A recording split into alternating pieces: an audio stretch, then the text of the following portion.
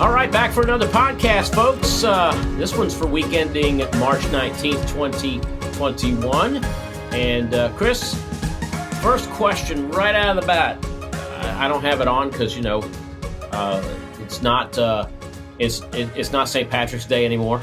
Right. as we're rolling out. But how was your St. Patty's Day? It was uneventful, Tom. A little corned beef cabbage and some soda bread. So we did the traditional stuff. Nice. How about you? So we had a green day. Yeah. But we also had a red day because it was Fed Day. So we're going to try to stay close to the cuff here. And the plan for this podcast is to get laser focused on what the markets have been doing and what really they haven't been doing. I want to look at technicals going forward, fundamentals going forward, seasonals going forward, and then I want to talk about your shopping list as well as mine going forward. So this is a forward-looking podcast. I love it. We're rolling past mid-March, heading into the back half of the month. So let's start with the markets. And let's just get right to the news. I mean, prior to the Fed meeting, interest rates were going up. Right. Bonds were hitting new lows again. It was putting pressure on the stock market. Then the Fed meeting came out, and it looks like, what do you think? 2023 is what they're telling you. Most of the Fed governors are telling you we're not going to see higher rates until 2023. There are 4 of them that are saying we could see them in 2022, but Jerome Powell is coming out and saying what we know to be true, which is he's going to keep buying bonds, keeping liquidity in the market, and they're still going for as close to zero as possible on rates. And that 2%, number 2% came up so many times, 2% growth, yeah. GDP. So the market, I think they're trying to tell the market you're ahead of yourself, cool your jets a little bit. The 10-year's not listening right now, though, when we see the 10-year keep going up. And I think you've got a firm trend in place on bonds here, Tom. What do you think? Yeah, I do too. And the little bit of talk that I heard was that this move in the 10-year was a short-term pullback. Mm-hmm. Is what I heard as well coming out of the chatterbox from the Fed.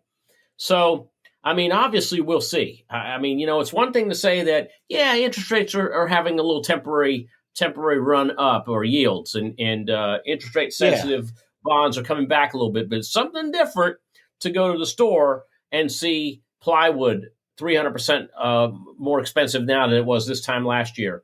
That the reason home prices are as high as they are has just as much to do with supply as it does in demand. Used car prices, when new and used cars, when the price of cars actually goes up, that's a shock to me. So, I think the market's going to bear where the future holds. Yeah. If you think about it, Tom, 2013, we're coming out of the 2009 bottom, the Great Recession. Interest rates took a big dip, obviously, at that point, started to go up as well. We saw a 97% increase in the 10-year. And the reason I know this is because you and I talked about the DBC and the DBA last week. And I have become more attracted to those as a great way to play this, to hedge this. But you saw a 97% increase in the TNX. At the same time, people started freaking out about what was going on with interest rates, and you had a bull market that still charged on for another 2 years without any notable corrections. I tend to agree with the Fed a little bit here. I think that we're a little nervous, Nelly, and that's because there is a lot of speculation alive in this market. It's a long-haired cat walking around in the room full of rocking chairs now, and one of those rocking chairs is interest rates. So I think it's a burp, it's a hiccup that we get over, and eventually this market fires back up again. Yeah. Okay. So let's go through all of first. Let's talk about the big 4: stocks, bonds, currencies, commodities. Yep. And the first thing I look at is, and I'm looking at my screen as I'm talking to you, you go back and you look at a 100-day chart of the S&P. Mm-hmm. We're 1 day off of new highs. We're there. We're coming off all-time highs. And shockingly, after the Fed announcement, it really didn't do much to the market except maybe calm what little nerves are out there. That's just what I'm looking at on the end-of-day charts. Well, you got a VIX that's at 19 too. Yeah. So you are getting some overwhelming votes from the market saying not full steam ahead. We've had a little hiccup in the small caps here, a little bit of a hiccup in the over-the-counter markets over the couple of weeks, but speculators are alive and well in this market, and I think you're going to look at another one of those FOMO markets here. But pick up where you were. Interest rates, you've got that covered now, or you've Right, got the right. S&P. I'm sorry, stocks covered at the highs. Yeah. So that's the stock market. I Yep. mean, if you want to look at support on SPY, which is the most liquid thing I look at when it comes to equities, I would have to say really 375. I mean, it's amazing. We're so close to that 400. You can almost taste it. Yep. 400 on the S&P SPY. So it's there. I'll let you know this too. Option volatility, it's as low as it's been all year. It's literally as low as it's been all year. That's a concern to me because as traders, we like to look at the VIX and we like to look at volatility, and that old saying, when the VIX is high, it's time to buy. When the VIX is low, it's time to go. It was high back in October when we were at 325, and I'm talking about VIX trading near north of 38. Today, we're below 15. This thing is really down there. It's down there, the area where, you know, the contrarian in me says maybe I might want to put a little protection on. So I agree that's with S&P. you. Know what? Let me kick that back to 2013. We're going to go back old school style and look at the VIX the way I just did with the 10-year when we saw that 100% increase in the 10-year. VIX traded down to 10 back then, Tom. That's right. So we've got I hate to, and I'm with you. I've been watching the VIX since 1999. I've been called out for using it as an indicator when I started it because they said it was voodoo science. Now everybody believes in the VIX. I still do, but holy Yeah, cow, we could unwind from a 20 to a 10 on the VIX, say over the next 6 months, and have a couple corrections in between. And you've got a good 10 to 15%, maybe 20 you add to the market at that point. that's right. Yeah. Let's move to bonds. Yep. So TLT, I like to look at a lot to get an idea what's happening in the bond markets. And the bond market's telling me that even though the Fed said, oh, you know what, everything is a short-term bump, like I said earlier in the podcast, it's up to TLT to decide what's up and what's down, and we're just now hitting fresh lows again in the 10-year. So This is, yeah, this along with gold has to be one of those trends that you sit there and look and say, all right, yeah, they always say the bond traders are the smartest guys in the room or the smartest folks in the room, right, Tom? They're yeah, always, that's right. so what, Bonds before stocks, bingo, right? what are the bonds telling you right now when you follow that general rule of thumb? Ooh, Yeah. And after the Fed meeting too this week, the US dollar really didn't crash. I mean, it's still hanging out there. It's not as high as it was last week when we were talking, but we're not talking about all-time lows that we saw last month either. We're kind of sitting somewhere closer to the highs of the last 30 days. So, you look at bond traders and you look at currency traders, phew. they're not convinced that this is just a short-term bump. No, no, I agree completely. Flip it over to Now, commodities, gold. oh man, you want to see it? You want to see a chart that just keeps on chugging? You got to look at oil. Oh, You got to look at USO. Oil just keeps on chug-a-lugging. I mean, yes, it's this week. It's really kind of narrowed and became a little bit of a triangle, but I mean, we're still up there. yep.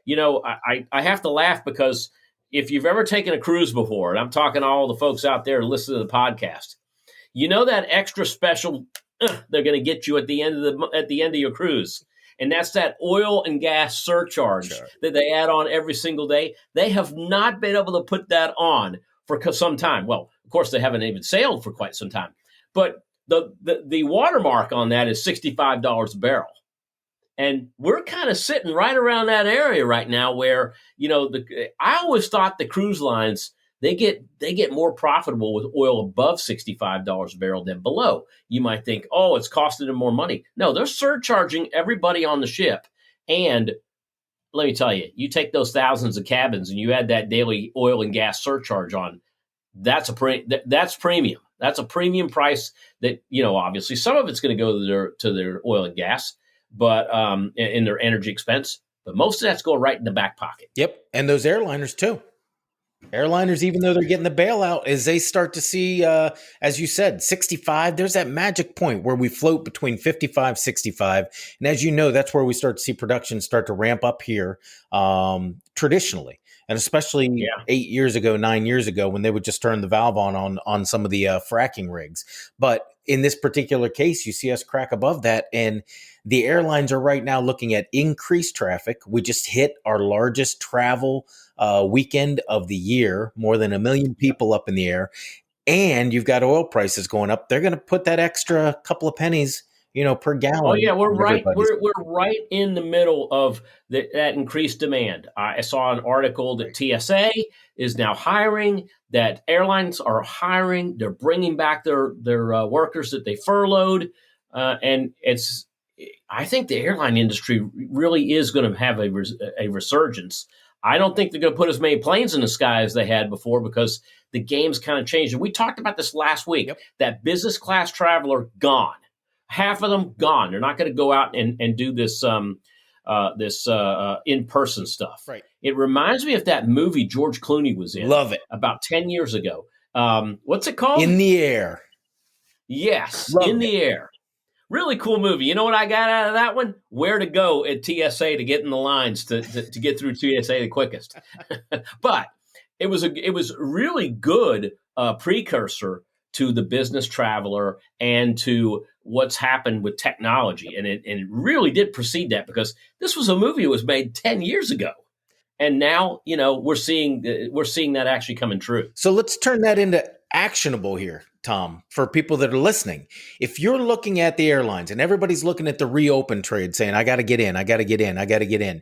Personally, I've been looking at some of the small restaurant companies, Potbelly, which is PBPB, just took off, had a good earnings report. They're going to open up because we may not be in the air, but we're going to start going to office buildings. And everybody loves a Potbelly sandwich every once in a while when they're Yeah. at the office. But if you look at the airline sector, which airlines become the ones that you want to stay away from, and which ones become the ones that are more or less commoditized for this reopening? Because some people are going to fly. It may not be the business travelers, it's going to be the recreational guys. Which airlines, if you start picking or Oh, dropping the I line? mean, right off the bat, I feel like the ones that have the most bloated balance sheets, Mhm. and I have to say, like the Americans, Yep. Uniteds, Deltas, I'm a little nervous about because they've got to do a retrofit on some of the stuff that they're doing because they still have too many perks, and if the business traveler's gone, guess what's going to start drying up? Mhm. All those lounges, bye bye. Yeah. You're not going to see big lounges anymore unless you're in a truly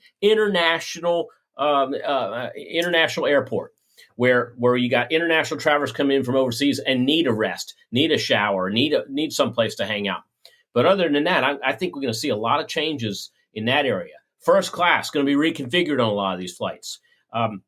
So who do I like? I like the JetBlues, who already headed this game. I like Southwest, who's always been in this game. And then you see the Spirits and Frontiers that are going to be, gobbling up the very, very low end. Right. But everybody's going to go for price. This is not going to be a rush to see who can make their passenger the most comfortable. Mhm. It's going to be a rush to see how many people we can squeeze on that bus with wingtips and get them from point A to point B and try to have as many people, in those seats as possible. Yeah. It's coming. I got to agree with you on Southwest, especially. I think Southwest, when you look at the balance sheet and when you look at the number of planes that they own versus number of planes they lease, I think they get into a real competitive space right now. And they've always been. You already said it. They've always been there. But man, Southwest really starts to look good. And JetBlue for the same reason. Slimmer balance sheet, planes, that are on their books, not leased and such. So I think I those mean, two are definitely dealing with a better margin, let's say. I'm with you, and we've talked about the technicals and some of this stuff. Yep. And when you look at commodities and stocks that are on, with commodities, the fundamentals on airlines are very simple. This is not a hard business to figure out. The two biggest expenses to an airline are going to be its employees and its compensation packages and retirement packages and and such, and B is the flight cost, the hard cost, which is jet fuel. Yep. Those are the two biggest expenses. And they're pretty easy to to estimate once you go through a balance sheet and you look at the price of oil. And so, it's just a matter of slimming down who's lean and mean and who's still got a lot of fat that needs to be trimmed. And so, a great hedge would be, as example, long JetBlue, short United, or long Southwest, short American. And again, Delta and American and United they're all hinging on one thing, and that's when does international travel get back? Correct. When does the long haul get back? Because that's where the money is for these airlines. They're competing in the United States. They're competing for lean dollars. But once they start traveling over the Pacific and over the Atlantic, that's where the fat margins come in. Yep, you're exactly right. It's just not happening right now. So, I look at that. Let's switch to the last commodity, which I want to discuss, and that's gold. And look at GLD. This has been in a downtrend. We talked about last week. When's the violent pullback? Where's the risk? The risk to me was the violent move to the upside. Well, I don't know if it was that violent, but we got something. And so we've gone from the 157s in GLD to now we're at 162.5. Yep.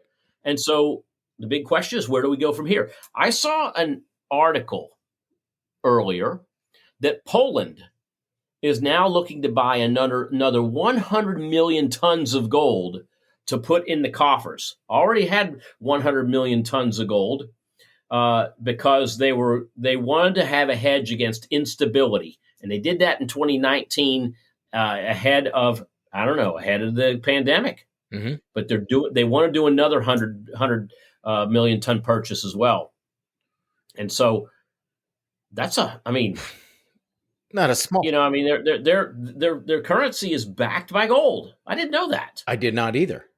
And so reading some of the stuff that I saw, that popped up. And, what's your take on gold and GLD? Well, I'm looking at it strictly from a technical perspective here, Tom. I think that it should have been getting a bump all along because we've got the commodity rush going on, and that's been pulling everything from lumber to silver silver's had a better bid.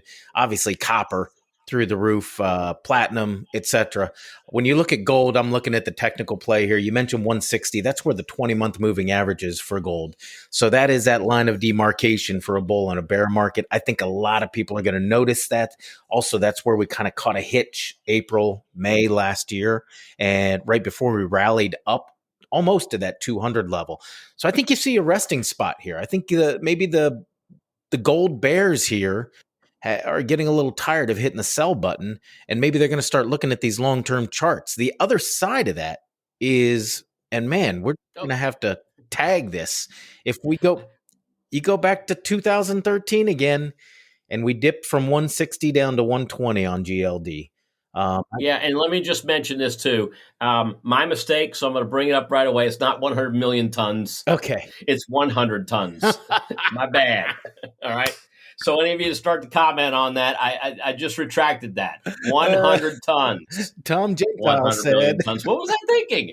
I didn't have the story in front of me. Anyway, that's why I was just quickly just double checking. But anyway, that's a lot of gold, 100 tons. And so, they're using that to try to fight what they think is potential instability. They want to make sure that their country and currency is stable. I think that's quite interesting. So we've talked about, some things going on in the market this week. Let's just jump real quick. Technically, how do you feel about the market? Strong, weak, or otherwise? Otherwise, I think that we've been searching for that 5 to 10% correction here. We almost got it. If you look at the NASDAQ, we got it there. The S&P 500 ducked out, and as you mentioned, is already trading up at those highs. Man, this is a market that's either going to rubber band its way all the way to another 10 to 15% higher, or we're going to kind of, grind sideways. We got to remember, you brought this up a couple weeks ago, earnings season kicks off in 3 weeks. So that leads us to some seasonality. What do you think about the seasonality when we look at the next 3-4 weeks or so? Perfect segue here. So for the next 2 weeks that take us into the beginning of April, this is what I see. I see the most popular stocks taking a breather as we head into next week, but it's only looks like a couple of days, and then I'm seeing stuff going as high as the mid-90s. And what that means is that into the end of the month, that 90 to 95% of the most popular stocks typically start going up. as we enter next week and going into the end of March. And that typically lasts into April, at least before tax season. All right. We do have the sell in May and go away thing that happens. We'll worry about that in a month. But right now, what I can see is that I see that as we wait with bated breath before the next earnings season is upon us, no news is typically good news as we finish out the month of March. That's the seasonal I see. So technical, I don't know. Like you said, up, down, sideways, you get a little bit of pullback perhaps, but the long-term technicals, at least over the last 100 days, look good for the stock market. Yeah. Fundamentals really don't change much. I mean, the Fed's already saying, well, you know what? We don't see inflation coming and really hitting us hard anytime soon. Stimulus checks are going out. Whatever people are spending on those remains to be seen. I can tell you this. I was at the casino last weekend. Mm-hmm. I was there with my brother-in-law celebrating his birthday, and there were more people at the Hard Rock in Seminole than I had seen in quite some time. Now, it's not like I spend every weekend there. I don't. I'm there once or twice a year. But we were there a couple months ago when they just opened up, and it was like a ghost town there.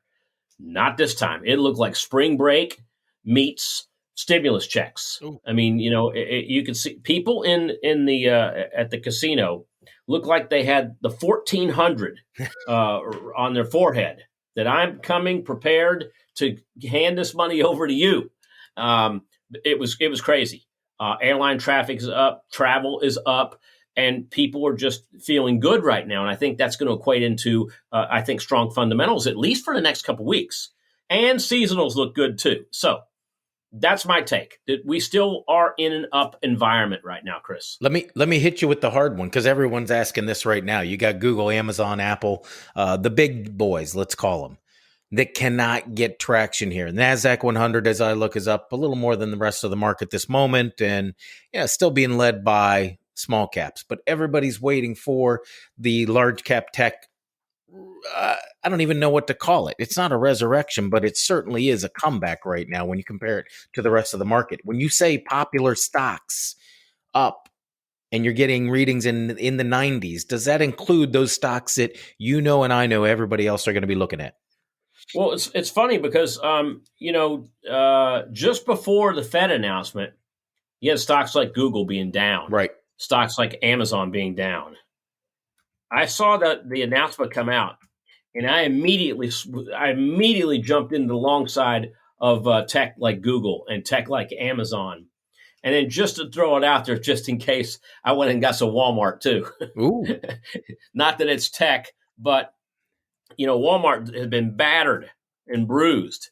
And Walmart's, I mean, you know what? Walmart still, it didn't react the way I expected it to, but the others made the big jump. They were like, it was like this big sigh of relief that all this money that was waiting to go in to some of these FANG stocks, finally, a couple of the ones that were the laggers are starting to participate as we were getting past the middle of the week. Yep.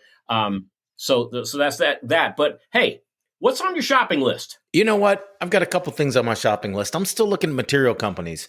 Summit Materials would be one of those companies that is seeing a little bit of weakness. When you look at the steel companies, U.S. Steel, Cleveland Cliffs, we're going to see whether we like it or not. And it doesn't really you're going to see a fight in Congress between them and the White House right now over this infrastructure spending bill. That's going to be the next thing that's going to have some political capital spent on it. And these companies, Tom, I think when you look historically, the first 9 months of any new president is good for materials and steels, because we always talk about rebuilding infrastructure. I'm still loving these companies, Cemex in the materials area, and even getting down to DuPont. DuPont is one of those that's been a little bit of a come from behind play here, and now is starting to look strong, taking out $80 here soon. I think it shoots its way up to $95, $100 before year end. So materials are still strong on my buy list. All right, I got two for you. Go. So what I decided to do this time that I had not done before, because I'm an option trader. Mm-hmm. But I thought what I'd do is I'd approach this from a little bit different value. So I decided, give me a group of stocks that have are all on the analyst strong buy. Okay. All right. So I did that. $2 billion or more in market cap, optional, and had to be at least worth $20. Two of them kind of floated to the top. First one I'm looking at is Builder's First Source. Okay. Symbol is BLDR. This is also in the building products area, so I know you like that area so well. Yep. That's a $9.5 billion market cap, and the price is floating around the mid 40s right now. So I see that as a really nice potential mover heading into April. And then the other one, which I thought was really interesting, was Jefferies Financial. JEF is the symbol, right? So JEF also follows all that stuff. Sure. It's average volume 2 million shares a day, strong buy. Optionable stock over $20 a share. It's actually trading around close to 34, and this is an $8 billion market cap. Financials financials are a great hedge if the bond yield's going up, and even if the Fed's not talking about it. Financials are always a great place to be when interest rates are on the rise. So I thought that I would throw that one out there too, just to end the podcast. Hold on. I got to throw something quick at you. When you mentioned financials, JP Morgan announces that they're going to allow high net worth clients to start owning Bitcoin through them yesterday. Yep. Give me your thoughts. Yeah. Well, Bitcoin came off a $61,000 price tag last week. I have to readjust my. I have to readjust again. Actually, I think I'm 67 to 72 is my target on it. And I still do not believe we've seen the parabolic move where just everybody's rushing in to get this thing at one time. I still don't think it's there. I agree. As long as we have these 10% up, 10%, 5% back corrections, I think that's normal. That's a normal for Bitcoin. Well, it's fun to watch. I do like JP Morgan, and I'm adding that to that one, and Clean Spark, and the Bitcoin GBTC, Riot Blockchain. All these guys benefit with a higher price of Bitcoin. Well, it's fun to watch you adjusting the targets the right way. You've been on the right side of that trade for a while now. And I hope to continue to be for a long time. All right. Hey, Chris, thanks for joining me for another Profit Strategies podcast. Guys, thank you for joining us. We'll see you again next week. Till then, have a great weekend. Take care. Bye now. See you, Tom.